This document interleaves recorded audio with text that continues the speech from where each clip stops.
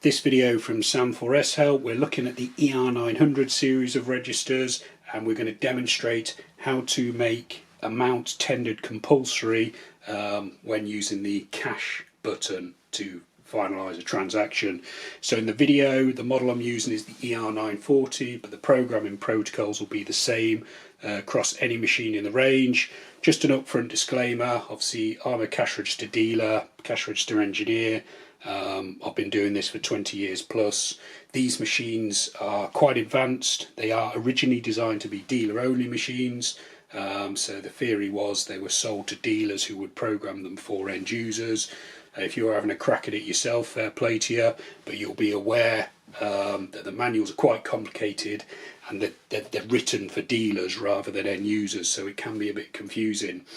So what we're going to look at today, having said all that, is how to force cashiers to enter the amount tendered when a customer pays in cash. So on the default way the machine works, if we ring up a sale for £16.50, you can just cash the sale off by pressing the cash button. But if the customer's handed over £20, there's no change displayed because you've just hit cash. So you can enter the amount. So we do the same sale, you can do £20 cash, and then the change is displayed on the operator display, the customer display, and then also if you've got the receipt printing out, the change is displayed on there as well. It's not foolproof, but it's another way of cutting down on any discrepancies or arguments about how much was paid and how much change is due. So if you want to make that compulsory, you can. It's straightforward once you know how. So I'm going to show you how to do it, and then I'll explain how I figured it out. So key, you need the metal key marked P, and you need to turn it around to the PGM position. Then you need to type in 70, then you press the subtotal button, and then you type in the new function status for the button, which is 10000. Then you press cash, and then cash again. If you've done it correctly, you'll have a receipt printout saying cash and the status set to 1000.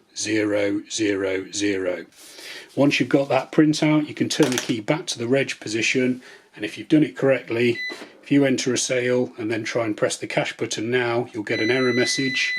So it's forcing the cashier to enter the amount tendered. So £10 cash will work, but just hitting the cash button won't work. Okay, so I'll explain a little bit about how I figured that out. It is in the manual, so if you look at page 119 of the ER-900 series programming manual, you'll be in the function key programming, and in particular will be in the settings for the cash button. The flow chart, so that's 70 subtotal, is this piece here, so 70 subtotal, N1, N2, N3, N4, N5, cash. This cash is because we're programming the cash button, and this cash is just because the cash button is always the final button you press in any programming, which does make programming the cash button a little bit confusing. And what have happened before is if anyone programs a button by mistake, it's often the cash button because they're used to pressing it in the programming mode. So I'll put up another video showing you how to undo what you've done if you don't want this feature setting up. But how did I work out that my code was going to be 10000?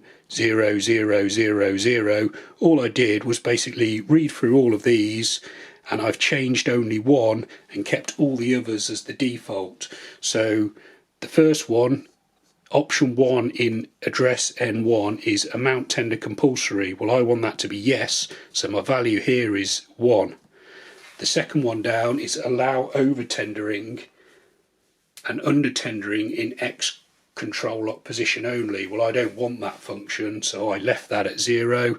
Disable under tendering, no, I don't want that, so that was 0.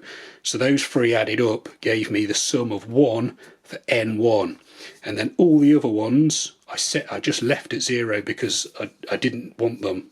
All I wanted to change was amount tender compulsory, so I left all these at 0, which is, unless I'd recommend you do as well, because some of these are they can really mess up your reports if you're not sure what you're doing.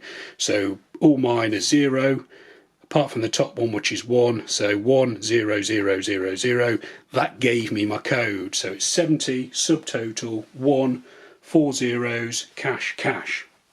That's how to do it. So yeah, I hope that video has been helpful, and also I hope I've explained a little bit about if you're programming other function buttons, that's how you work out what your code is. The manual is telling you everything, but obviously it doesn't know which options you want set and which ones you don't want set.